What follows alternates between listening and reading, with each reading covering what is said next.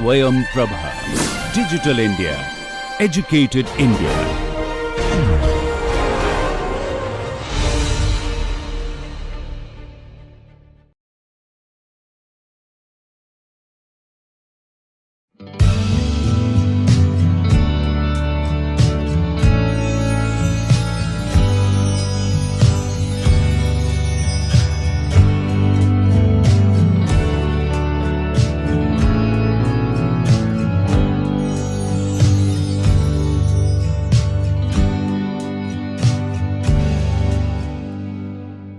Welcome to the fifth lecture of Module 2.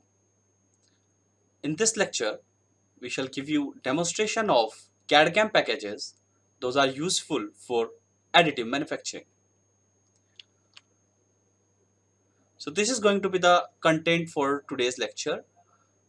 We shall first discuss about a software called Inkscape. It is an open source which is popularly used for making these schematics, particularly the vector graphics. The same package can be utilized for generating the G codes for different types of toolpaths for additive manufacturing. We shall discuss how this Inkscape can be used to generate the contour toolpath and for area filling toolpath. Then after that, I will give you a demonstration of the open source which is called as Ultimaker Cora. Here we will see different types of STL file manipulation, slicing of STL files, area filling algorithms for STL files, and definitely in the end the G code generation from this open source. In the end, we shall also discuss about a commercial package which is PowerMill and PowerShape by Autodesk. We shall discuss how this commercial package can also be used for additive manufacturing purpose. This is very much essential to learn this type of commercial packages when we deal with the additive manufacturing processes such as directed energy deposition.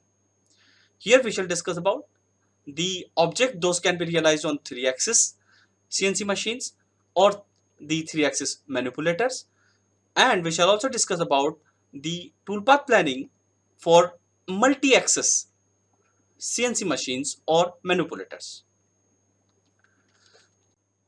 So let us start our discussion with Inkscape.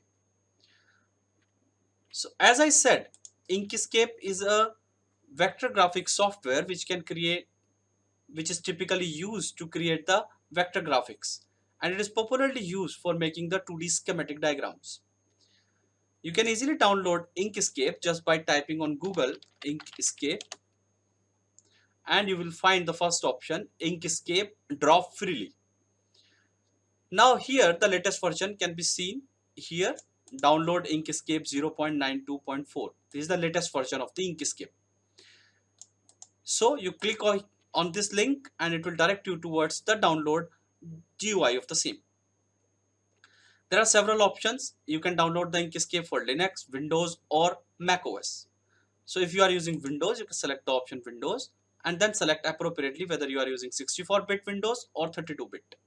If it is 64-bit, it can start downloading the Inkscape either in the .exe file or the MSI format, particularly for the installer, which will require the internet to be activated while installing the Inkscape.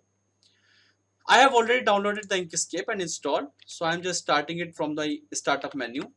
And if I type here Inkscape, I can see the application has popped up. I have the version Inkscape 0.92.3, just a previous version of the latest version. So I started Inkscape. This is typically the GUI of the Inkscape. This is how it looks like. You can see on the center of the Inkscape GUI, there is a page which is of the size which you want to keep it. For example, you are using the Inkscape for making some vector graphics, then you can appropriately use this size of the sheet appropriately based on the sheet you are going to use this image later on. If you want to change the setup of this page, you can go to File and change the document properties. And here you can change the size of the page. Conventionally, the available sizes are given here like A4, US letter, US letter, US legal, and US executive, A0, A1 and all. I am interested in A4, so I select here. You can even have your own option. You can even customize the size of the page by appropriately putting the value here. Please note that we are not going to use the Inkscape for making the schematic. We are going to use this Inkscape to draw the or to generate the G code for us. Therefore, consider this page in the Inkscape as your bed on the 3D printer. Assume that I have a 3D printer which is having a bed size of 200 by 200 mm. And now whatever will be here, some stroke or some lines along which I want to generate the G code should be within this range and appropriately wherever it will be available. And if I define the 0, 0 at a particular location, the G code will generate with respect to that origin.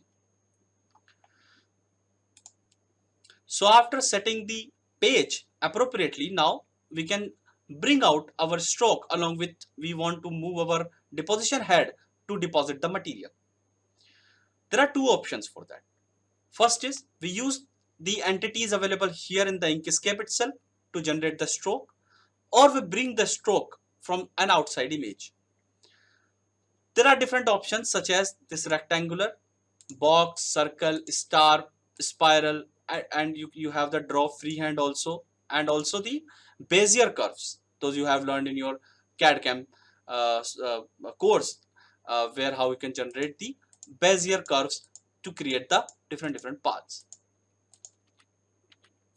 So like this, you can control the node and you can create the Bezier curves like this. Each entity in Inkscape usually consisted of two things. One is called as fill, another is called as stroke. So if I consider, for example, this rectangle, it is having the stroke, what you are seeing, the outer boundary, and the fill is the inside one. Now I want to change the stroke color something else, and I want to keep the fill color something else. So for that, you can press the Control Shift F, and that will open the fill and stroke options. The fill and stroke, you can see right now I am at the fill tab and there is nothing available here because it's closed. I can start with the flat color available inside the fill, and you can see as soon as I clicked on this, the fill, the inside region of the rectangular has been filled. Now if I want to keep some color for the inside rectangle, I can keep it, for example, red, then the fill is red and the stroke is black. Appropriately, you can change the color for the stroke as well. However, our interest is not really into the color right now, so I will keep it black only, and also I'm not interested in fill, so I'll just delete the fill as well. This is one option of having the path into the Inkscape. But if you do not want to use the existing entities of the Inkscape to generate any image, instead you want to bring your own image inside Inkscape, that is also possible. So let us assume that I have an image which shows the stroke corresponding to Gandhiji. So this is the image. What I want to generate, or I want to deposit the material in the white region of this image. So for that, first of all, I have to detect the edges of this image in such a way that I can extract this white color portion of the image as the stroke. Right now it is a JPG or PNG image, so definitely I have to trace its bitmap. So I'll click on the image and I'll go to the option called path, and here there is an option called trace bitmap. The shortcut for the same is Shift Alt B. As I clicked on this, a window will pop up and it gives us different options such as brightness cutoff, edge detection, and color quantization. If I select the edge detection, that is my right now interest, in that case, if I give appropriate value of the threshold, I'll be able to detect the edges from this image. And that is what I want right now. I want to detect the edge corresponding to the boundary of this white color portion of the image. If I keep this threshold very low, it will extract as many as possible lines from the image, and if I'll keep its value very high, for example 0.9, then it will extract less number of edges from the image. So if I say for it, if I consider it's 4.9 and say update, then you can see this is the edge extracted from this image. Now if I'll keep it, for example, to 0.6 and then update it, I will have this particular image in this way now.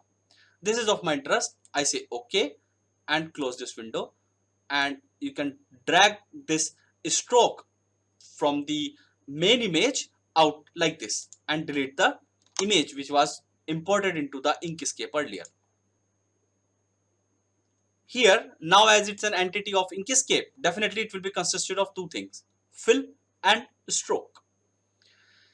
I am going to delete this unnecessary portion here, and I want to keep only the portion which is of desirable. Like for example, if I double click on this image now, I'll be able to delete these nodes which are not required, and those are corresponding to the written part here. Still, this image is consisted of fill as well as stroke. So I'll again go to the option with Control Shift and F, and this window will pop up where I will switch off the fill while only switch on the stroke. And now this is of my interest. What I want to use this image to add the material along the path. At the same time, I don't want to use some unwanted strokes. Those are here, hence I can easily delete them by double clicking here and selecting the appropriate nodes. Those I do not want, and delete it. In a similar fashion, I can delete the unwanted strokes from everywhere to refine my image further, but that is just if it is required. So after deleting all the unwanted strokes, now I want to move my deposition head along this path.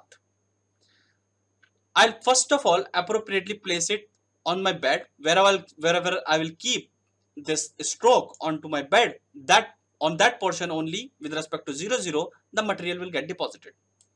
So let us assume it is somewhere in the center. It is exactly not on the center, but if you want to keep it exactly on the center, you can press Ctrl Shift A, and then a window corresponding to alignment will open. And you want to keep it in the center, then you select here with respect to the page and bring it at the center of the page vertically as well as horizontally, and now you can see the image is exactly at the center. Now our steps towards generating the G code will start. Please note that Inkscape doesn't understand that whether it is adding the material, it only understands that it is going to remove the material. But we can utilize, our main purpose is to extract the G code for 3D printer. So whether it is assuming it's cutting the material or adding the material, we can manage with that. So the first step now towards that, we should go to the option called here extensions. Here there is an option called G code tools, and here the first option I'll choose to corresponding to my tool library. As I clicked here, a window will pop up, as you can see, and there are options like different tool libraries, whether I have a default tool, cylindrical tool, conical tool, plasma, tangent knife, lathe cutter, graffiti, just check tool and all. What I want is a simple tool, simplest available tool, that is cylindrical. So if I select the cylinder and say apply, it will create a block on the bottom side with the definition of the tool. I can break it downward because it is just the information for my future reference. So I can give the definition corresponding to the cutter here, like the diameter of the cutter. I can use maybe 1 mm diameter of the cutter, because in my case the nozzle diameter will be approximately very tiny, maybe of 1 mm diameter. Then at what speed you want to move your nozzle, maybe it is 400 mm per minute. Penetration angle, penetration feed, depth, and the other properties corresponding to the tool change. This is important in the CNC machine where you used to have a particular number assigned to a particular tool, but here it is not important for us. So with this definition, my tool has been defined. Now the next step will be go to the extension. So I'll go to the G codes and then orientation points. The orientation points will define where my 0, 0 is. So if I select the orientation point, and there are several options available here. Corresponding to each option, the definition of the same or what the purpose of these options are given here. If you are more interested, you can read these options.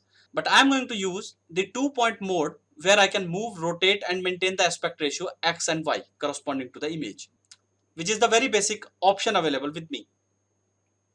Here if I select this 2-point method, it will create a 0,0 on this sheet, and of course it will also ask me on this surface what is the value of Z, and if you want to cut the material, what will be the depth of the tool on which you want to go. So for example, I am saying that my surface is right now at 1 and I am going to go at a depth of 0 while depositing the material. All the dimensions are in mm, and if I'll say apply, it will create a 0,0 on this corner and define another point which is at a distance of 100 mm. Now you can have an idea also that on your 3D printer plate, if this is the 0,0, then where you are going to deposit your material on the XY plane. Of course, at this time, this is 1, Z equals to 1 means this surface is at Z equals to 1, but your material is going to deposit at Z equals to 0 as it is written here. After that, I'll again go to extensions and I'll go to G code. Now my objective is to generate G code from a path. First of all, I should have a path here. So whatever I have here right now is definitely a path, but if it is not, I have to convert it into path.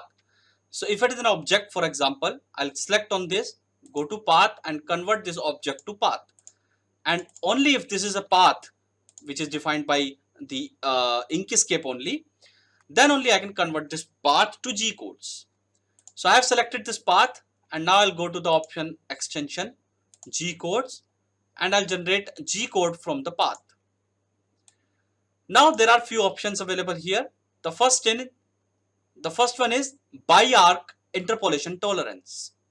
So bi-arc interpolation tolerance is the maximum distance between the path and its approximation.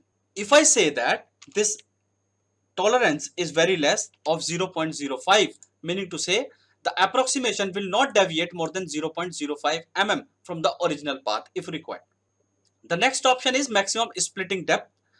The segment, all these segments what you are seeing here on the path will be splitted into 2 segments if the distance between the path segment and its approximation exceeds the interpolation tolerance. So if, for example, at some point the distance between the 2 points is more than the tolerance, then there will be 4 different split in the path at these segments. Then of course you can choose the order of cutting, for example, or order in which you want to move your head. First, for example, the subpath by subpath, or path by path, or pass by pass. I'll consider the option called subpath by subpath, meaning to say I'll deposit the material on one subpath first, and when this subpath will finish, then only the second subpath will start. So for example, this is one subpath, what you are seeing here on the center side. This one is one subpath. So if material is started deposited here, it will finish first this subpath only. Now if I say, so if all these options are set, then you can also consider the option for depth function, and depth function has already been defined in our orientation point, so we will use that only. And our orientation point says that at surface Z is 1, but it is going to deposit material at 0. So we are defining it by the orientation point. That is why D is written here, and D is the depth defined by the orientation points. Otherwise, there are few other options also. Now let us go to the other options like scale along the z-axis, offset along the z-axis. Right now I don't want to do any offset along the z-axis, but in future you may generate different layers also by appropriately selecting the option here for the offset along z-axis. Now the important part is the preference. Here we have to give a particular directory in which we want to save our .nc file.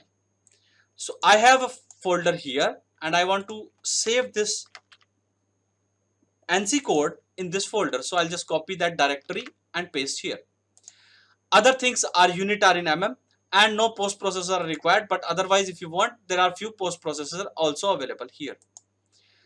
Now let us consider that if this is our final preferences, then we are ready to generate the G codes. Please note that if you are in this tab and you say apply, it will not work. You have to go back to this tab, path to G code, and then only you can click on the path which you want to convert and say apply. It will take a few seconds and it will generate the G code corresponding to your path. Now you can see our path has been converted. Each and every segment is shown here by a line and the arrow. As there are many segments in the center side, many arrows are visible here. But now let us go back to our folder and we can see there is a file already created called 0001. That is an NC file. Now you can open this file with Notepad++ and you can see it has created the G codes for you. We already know the meaning of G00, that is the rapid motion, G01 for the linear interpolation, G02 for circular interpolation, and G03 also for the circular interpolation in another direction. So to verify whether the G code which we have generated is correct or not, you can check on any NC viewer. So let me just select the entire code and copy it, and I'll go to the website and open and start some NC viewer. Those are open source available. This is the NC viewer and I'll paste my code here. So I'll first select Control A and delete whatever written here, and then I pasted my code. In the beginning, I'll put my cursor and say plot. And if I say plot in the beginning, then you can see your tool path is ready. If you want to check whether it is correct or not or how it is going to deposit the material, and you can click on play. So this is how your deposition head will move along the path to deposit the material to realize this object.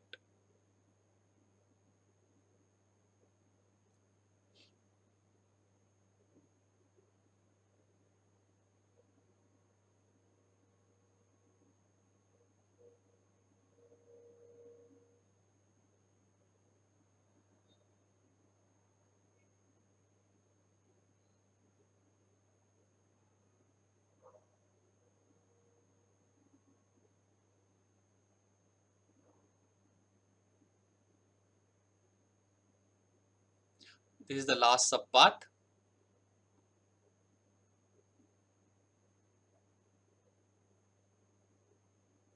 And done. Let us now consider another problem in which area filling will also be considered to generate the G codes. So let us assume that now for that particular case, I am going to use the outline of the map of India. So if this is the map of India, and now the objective is not to deposit the material along its boundary, but also to fill the inside area. For that, we will follow the similar steps here as well, but the additional step will be to fill the inside area. Let us first set the page accordingly. So for that, Control Shift D, and I can set the page size. Maybe it is 200 by 250 mm. And the map of India I will place appropriately wherever I want. Assume that if I want it to be exactly at the center of this bed of the 3D printer, which is right now here seen as a page, then I'll press Control Shift A and I will align this map at the center of the page. Once it is aligned at the center of the page, now we are ready to generate the G codes. So the first step is again same. We'll go to the extension G codes and click on the tool library.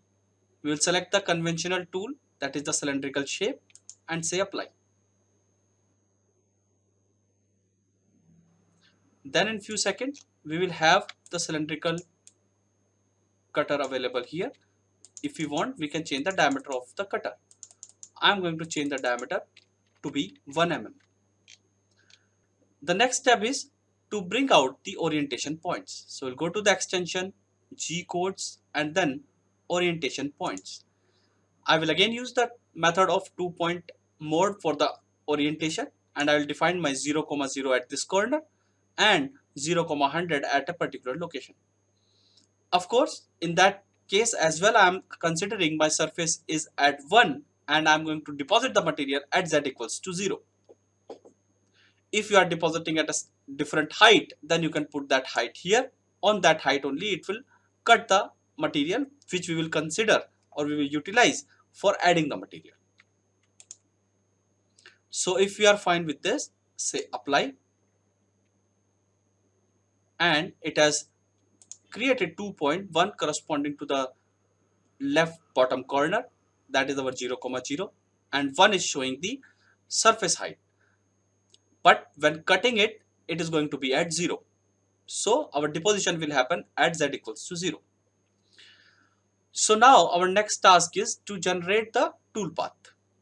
Of course, like I said, there will be two tool paths. One corresponding to the outer periphery, on which the tool will move on the boundary of the map of the India, and another tool path will be corresponding to the inside area filling.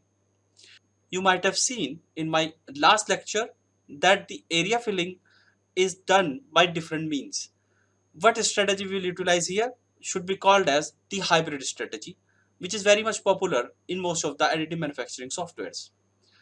In the hybrid strategy, the outer contours will be deposited by the contour offset method, a few contours only, like 2 or 3, and then the inside area will be filled by raster or some different strategy.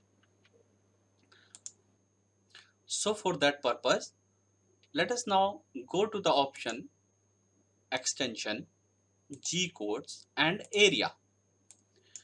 Here, first we will select this boundary in which we want to generate the area filling strategy, and a few passes, like 1 or 2 passes, will be generated by contour offset or by offsetting this outer path. So for that, the first option here is maximum area cutting curve, in which the entire area is the entire part is coming. So it is approximately 200 mm. That is fine. Then the width area. In that case, only one offset will be created if the area width is equals to half of the diameter of the cutter. So if I say it is 1, then of course there will be 2 passes created corresponding to the offsetted with this curve. This particular value shows the area tool overlap. Area tool overlap means how much percentage of the tool is getting overlap. So if it is a tool of diameter 1 mm, then the distance or the next pass will be at 0.5 mm far away from the first pass, because 0.5 has to be overlap. Now if I say apply, in that case you will see that the 2 offsetted curves have been created. Now these 2 passes will be first deposited, and then inside some other area filling strategies will be done. Now we will select one of the internal curve. So right now all the curves are grouped together. So to ungroup them, we can double click on the curve, and one curve will be separated like this. Now I'll utilize this curve to further generate the area filling tool path inside this boundary. First of all, we have to check whether it's a path or not. If it is not, we'll definitely convert this stroke, this object to path. If it is already a path, then no issues, and you can see it's a path now. So let me select this curve, and if we'll go now to fill area option on the same tab, then there are few options available here. The first is zigzag, second is spiral. If I use the option zigzag, and let us see what happened if I say apply. It will fill the inside area by the zigzag passes. And as you can see here, now the outer few curves by offset contour tool path are deposited, and inside area has been filled by raster passes. Right? In a similar fashion, if you want to have this raster in a different angle, that also you can do. So I'm pressing Ctrl Z to undo what I did, and then I'll once again select the single curve of the innermost boundary, and I'll select different angle now. So for example, if I want to create the raster passes but at an angle of 45 degree, and if I say apply, now you can see the passes are at 45-degree angle. Now they are not the vertical passes, as you can see. Once you are ready with this, you can of course extract the toolpath from here onwards and get the G code. But let us explore few more options available here. I'm again pressing Ctrl Z, and now this time I'm going to select again the inner boundary, and instead of zigzag, let me select the spiral, and spiral 2 at 45-degree angle. So let us see what kind of toolpath it will generate if I select a spiral for inside area filling. So this is the toolpath now, and you can see it is a spiral starting from here and then it is depositing like this. So if you find this toolpath suitable, then you can generate the G code corresponding to that. This is how most of the 3D printer works. Like I have already mentioned, the outer few contours are deposited by the contour parallel strategies in order to get the very good surface accuracy at the boundary, and the inner is filled zigzag or spiral area filling strategies. Now if you want to extract the toolpath, of course you can easily extract the toolpath as well. So for that I will select all the passes, and first make sure that these objects which you have selected are definitely the path. To ensure that, you can go to path and convert it again from object to path. Now if you are sure that all the objects what you are seeing here are definitely the path, we can convert this path to G code. For that again we can go to extensions, the G code tools, and then go to the path to G code. Once we select this option, we can say apply, and it will take a few seconds and convert the entire path what you are seeing, that includes the area filling as well as the outer contour deposition, to G codes. So this is how the final part look like. We'll go back to our folder and see that there is a new path has been created, that is 0003. I'll right click on this and open with Notepad++, and this is how the G code file looks like. It is containing a lot of lines. Here it is having approximately 6000 lines corresponding to the G code, that is corresponding to the linear interpolation, circular interpolation, as well as the rapid motions. To verify it again, you can select the entire code here, copy it and paste it into the online NC viewer to check whether what we have plotted is correct or not. So once you put all the entire code here, press plot, it will appear on the right side. Plot command, the toolpath will be plotted. So this is the top view of the same, and this is how the toolpath now looks like. You can see how it will deposit the material. So first it is depositing the inner area filling by using the spiral method, and then it is depositing the outer contour in 3 passes. Those are offsetted from the area filling. So if you zoom in and see, you can realize that these passes, those are the contour passes here, will give you the geometrical accuracy of course, while the inner area filling passes, those are raster or the spiral in nature, can fill it with a very high speed. So this was all about the Inkscape, when it can be utilized for generating the toolpath for additive manufacturing. You can easily generate the G codes by utilizing the Inkscape. So next let us discuss about the Ultimaker Cora. It is an open source which can help us in generating the G codes which can be later on transferred to a 3D printer or an additive manufacturing machine, and in that machine the deposition head can move relatively with respect to the substrate to deposit the material appropriately. The important part here is now we can process our CAD model that can be in the STL format. We have already learned about the STL format in our previous lectures, so we shall start with a file. So I have a file here called bracket which I created first by using SolidWorks, and then I converted it into the STL file. It is in ASCII format. Then definitely if I'll right click on this and open it with Notepad++, I'll be able to read the file as well. Here you can see the file is consisted of the facet normals and vertex corresponding to each and every triangle of the file. There are total right now 2228 lines in this code.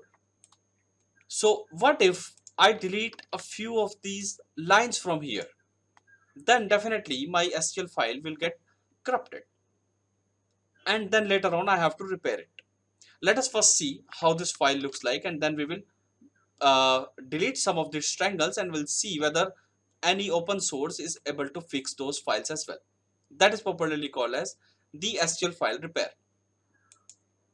So there's a software called Descartes which I have downloaded here, and I'm opening my STL files in that software only.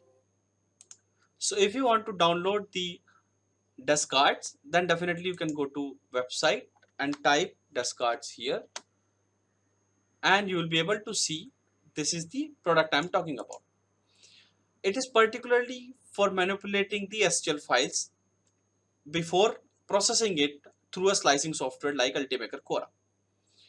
So if you want to download, you can click here, and there are different versions in the download tab available which are able to download. So this is the free version which is called as View Expert software.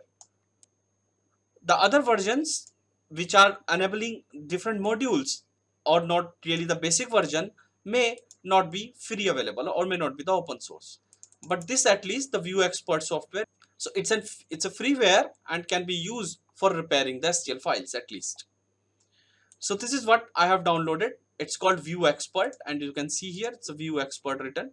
So this is the file I have downloaded and I am using to view and manipulate my STL files. This software is sufficient enough to repair the primary level defects in the STL files. So this is how your STL files right now looks like in the software Descartes, particularly the module View Expert. It doesn't look like having any issue currently. So let me close this file, and what I'll do, I'll delete a few triangles, and let's see if I'll be able to repair that file after deleting few triangles. So let me delete this particular triangle from here, and let me delete one more triangle somewhere, maybe this one. After deleting these triangles, of course the line in the file have been reduced to 2214 from 2228. Now I'll open this file again in Descartes, and I'll say okay, the dimensions are in millimeter. I don't want to fix the model right now. I'll again later on use a tab here available, fix model, but not in the beginning. However, if you are sure you want to repair the part, you can select this option in the beginning itself. But let us first see what is wrong with the file right now. As I have deleted a few triangles, you can see there is one triangle missing here, right? This is the triangle missing. And let me show you, there is one more triangle must be missing somewhere else as well, as I have deleted two triangles, right? So let us try to find out that. Yeah, so here is it. This particular triangle is also missing. So there are two triangles missing, one corresponding to this surface here, and another triangle was missing into this hole which is visible from the bottom side here, this triangle. So as these two triangles are missing, definitely the STL file is not correct and it may give you some defects. So let us try to resolve this issue. So I'll go to the option called Fix Model and I'll repair the shells. I'm selecting the default option. Those are saying that the normal stitch shell together, fill gaps in the shell if there are any, and other options I'm keeping default. So if as this option fill gap in all the shell by the triangles appropriately is selected, definitely if I'll say okay, you see that these triangles have been filled. Now there is no such error over here, and similarly here as well the error which we were seeing earlier is not at all available. The triangle has been created. To verify it once again, I'm going to save this model as again the ASCII in the ASCII format, and I'll call it as bracket R, means the repaired one. And let us now go back and open this bracket R. This is the repaired file. You will find that now the number of lines are again 2228. While you remember I deleted two triangles, those bring down these lines to 2214. Now they have again recreated by repairing into the Descartes software. So it is important that before you process any STL file in the Ultimaker Cora or any open source for slicing, you make sure that the file is appropriately available and it is defect free. For that, this type of softwares can be used. Now let us start our discussion for the Ultimaker Cora. So this is how the Ultimaker Cora looks like. There are several such freewares available, particularly for slicing the STL files and generating the toolpath corresponding to area filling and the contour deposition.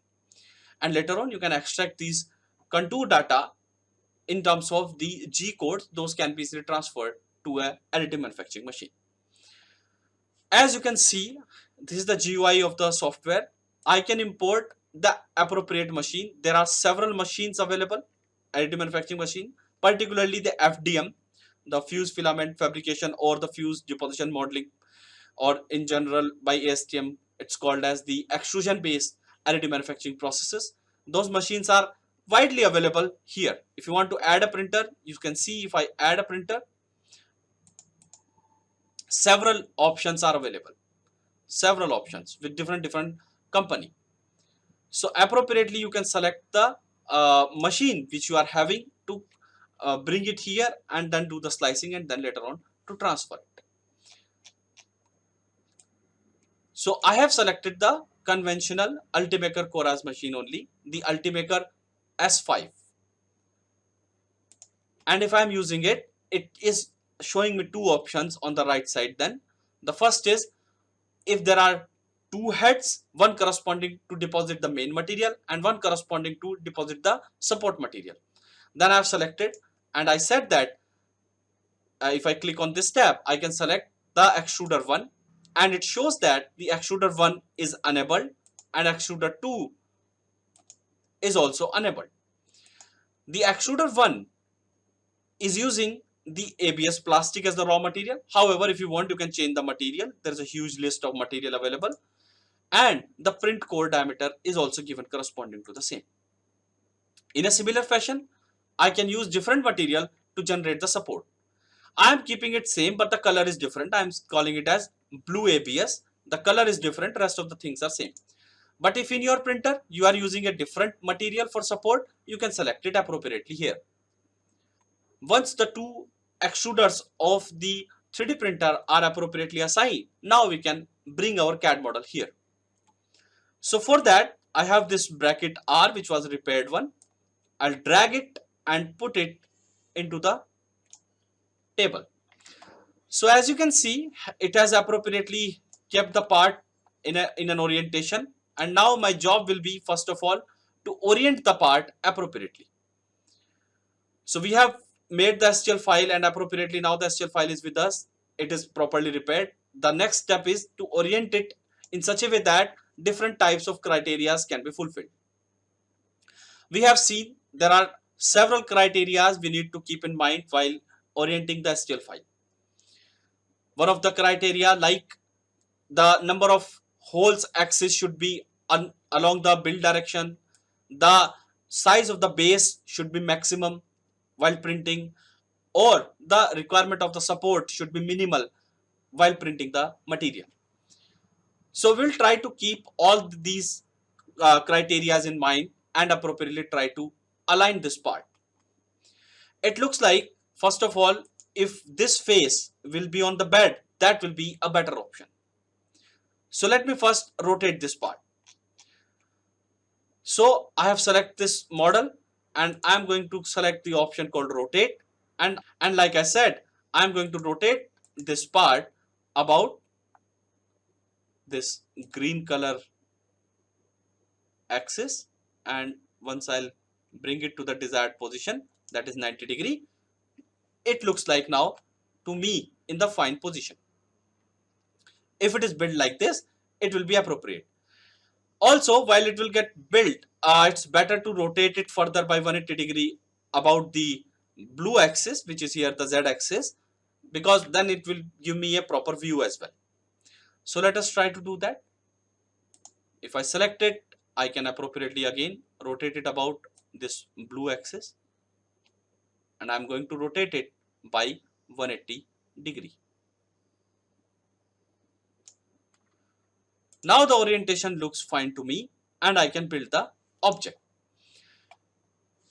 Here, if you want to even further scale the part, for example, you don't want to build such a huge part, then you can go to the option called scale on the left side. And if I say it is going to uniformly scale the part, and if I select say that 75% of the current one, it will appropriately select 75 everywhere because uniform scaling is selected. And now this is the size of the part. Few more options, like you can even move the part also on the bed appropriately, so that you can build even multiple parts as well. Right now, as this is a single part, I'm keeping it at 0, 0, 0 only. Its center is nowhere but at the center of the bed. So now our task will be to explore the different options. Those are available corresponding to the process parameters. Those options are available here on this tab. Now if I'll click on this, two options will be available. One corresponding to the deposition process parameter from extruder 1, and the second is the deposition parameters corresponding to the extrusion from head 2. So let us first select the head 1, that is corresponding to the main material, and then we'll discuss about the support zone as well. The first option is available for the quality. We know that in 3D printing or in additive manufacturing, layer height critically defines what should be the quality of the part you are going to produce. Of course, if the layer thickness is less, your part will have a better RA value on the slant features produced. If the layer thickness is high, of course, your RA value may not be that good on the slant features. So we should optimally select this value, because if it's really very less as well, then in that case also your value may not be justified, because you will take a lot of time to deposit the material, which may be unnecessary. Also, it depends on the 3D printing process which you are using. It will also definitely have a minimal value. Beyond that, or the lesser than that, it is not possible to deposit the material. So assume that in our case the layer thickness is 0.25. So this option is done for the quality. Next is the shell. Like I did in the case of Inkscape, I deposited a few outer boundary of the part by the contour parallel strategy, and then I deposited the inner area filling by raster. Here as well it is same thing. They are asking what wall you are going to consider to be get deposited by the contour filling part, and then the rest will be considered as the area filling part. So here the wall thickness, I am assuming that it is around 1.3, or maybe let us assume that it is of 1 mm. And then if given step over is available, then automatically it will calculate the wall line count corresponding to that. That means now 3 passes will be corresponding to the offset to the exact contour, and your accuracy will be quite high. You can of course increase the wall thickness in that case as well, but we will have then the compromise on the build time. So this is the shell. The next option is the infill. What kind of strategy you want to use to infill the material or the area filling? Infill is nothing but the area filling strategy to add the material. Here you can also define by what density you want to fill the material inside the contours. So if I say the material should be 100% dense, that means the overlap between the consecutive bead will be in such a way that there will be no porosity or no empty space in the layer. Then next option is I can select the different area filling strategies. So there is a huge list here. I'm not going to discuss each and every one. So we'll just select this zigzag one, which is the most popular. So inner area filling will be done by the raster passes. Those are the zigzag passes. Next is the material.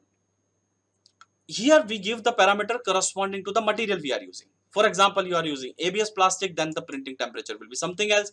But if you are using PLA, that printing temperature will be something else.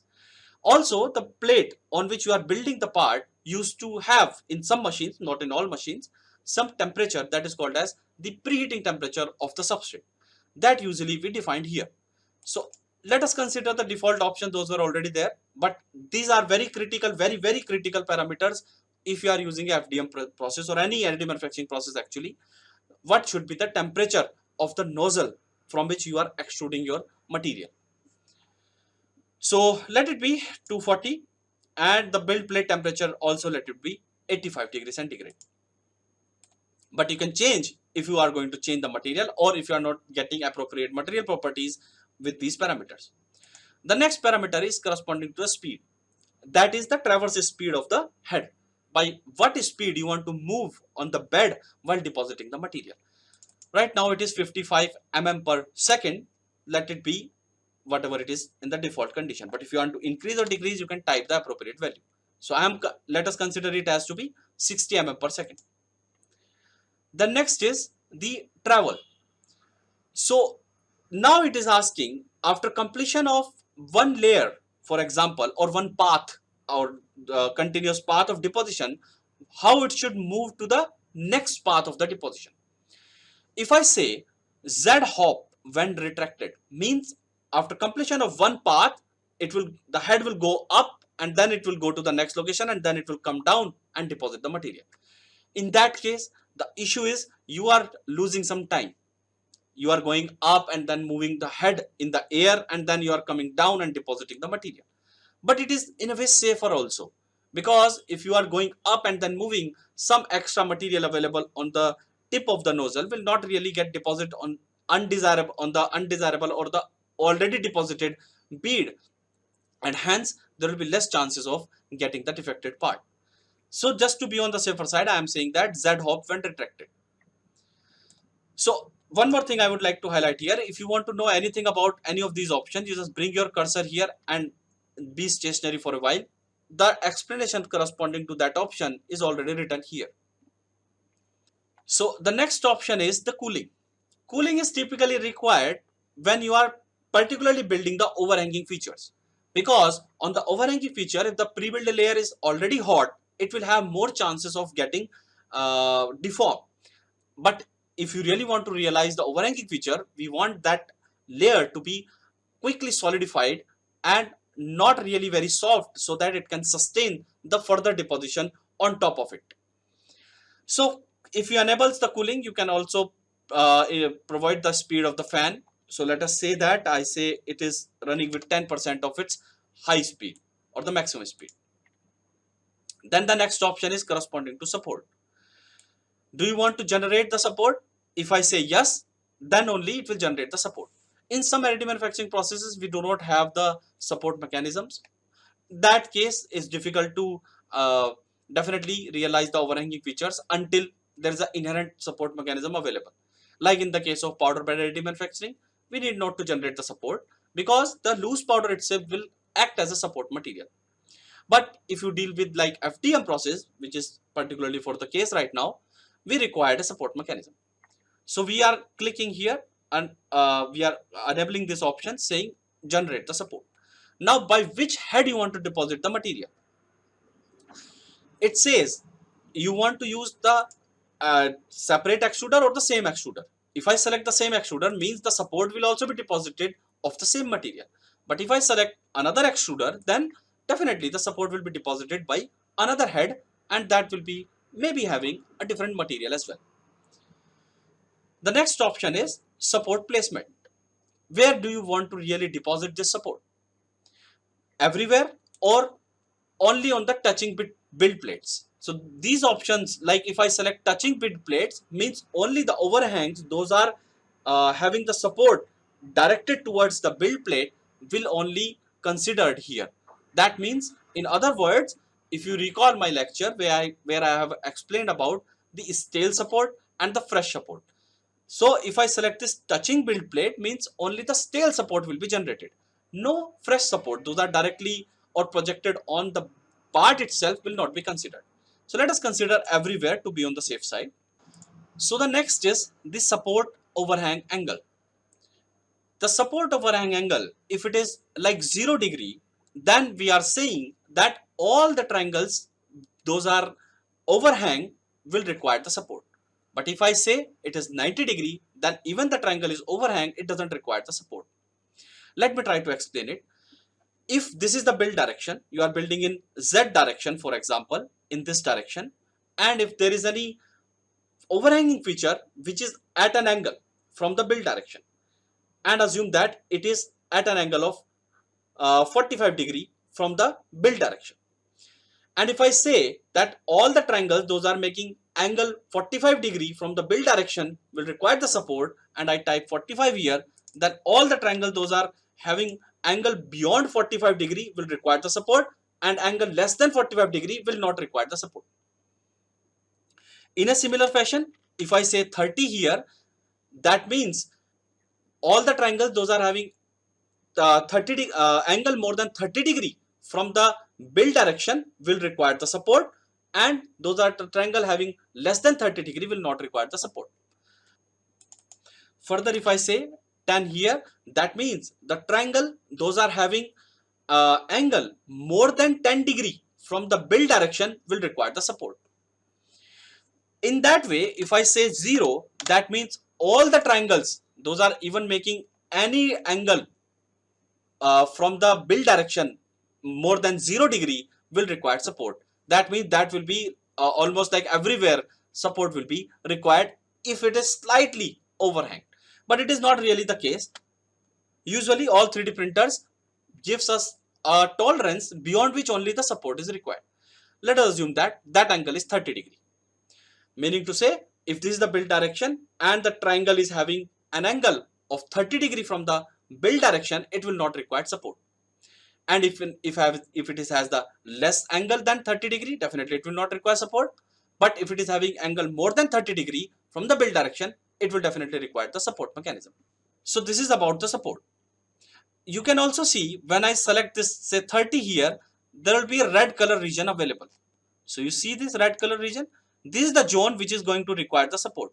Rest of the zone, which is in green color, is not going to require any support. Like I said, if I reduce this value to 10 degree, you will see the area which was requiring the support has increased. If I further reduce it to 5, definitely it will further increase.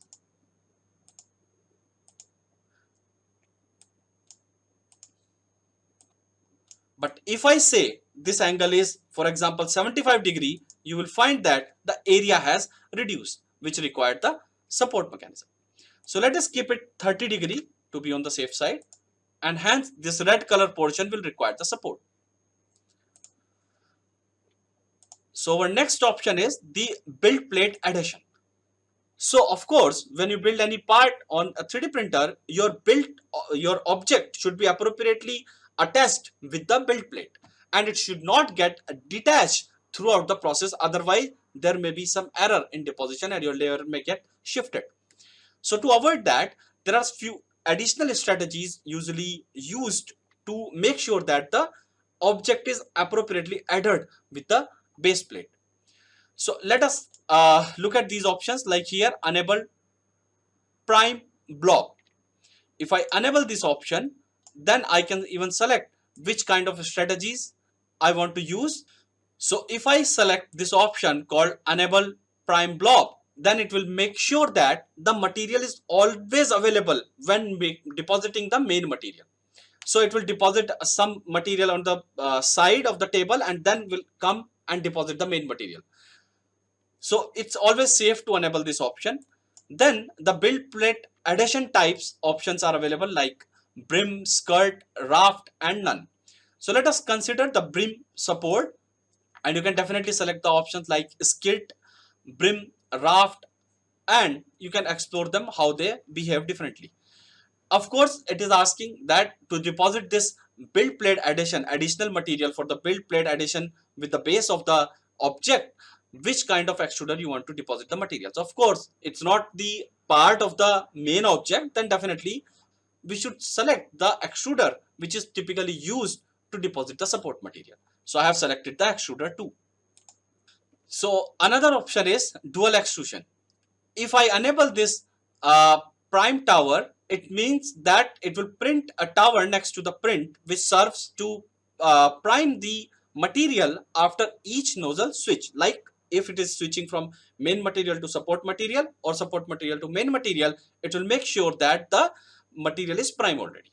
So let us not select this option right now, or if you will select, it will make a tower along with the object here. So let us select and we'll see how it looks like.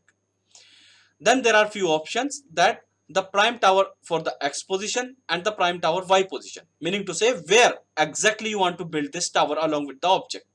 So its default option is coming something. I'm not going to change this, but if you are particular for this position, maybe you want to make it here or here at a particular location, you may appropriately choose it.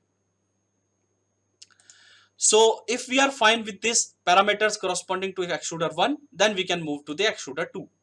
We have to make sure that now the extruder 2 is going to be for the support. So let us keep the layer thickness same for the both. Only thing I am going to change is the infill density. Earlier we have used 100% density, where I am saying the support should not be with 100% density and maybe it should be with 40% density. And also I don't want to use the zigzag line but a strategy like triangle to deposit the support mechanism. So why I am using less infill density to deposit the support? Because I want to remove this support later on easily, and it will be very easy for me if the deposited support is having a less density, and it will be very easy to break that support later on. So it's always good idea to keep the infill density for the support material deposition usually less. Rest of the parameters I am keeping same, and now we'll move to our next option for slicing. So everything is ready. Now we'll press the option slice and it will slice the object.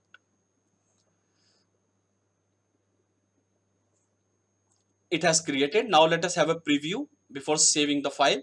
So this is how the object looks like.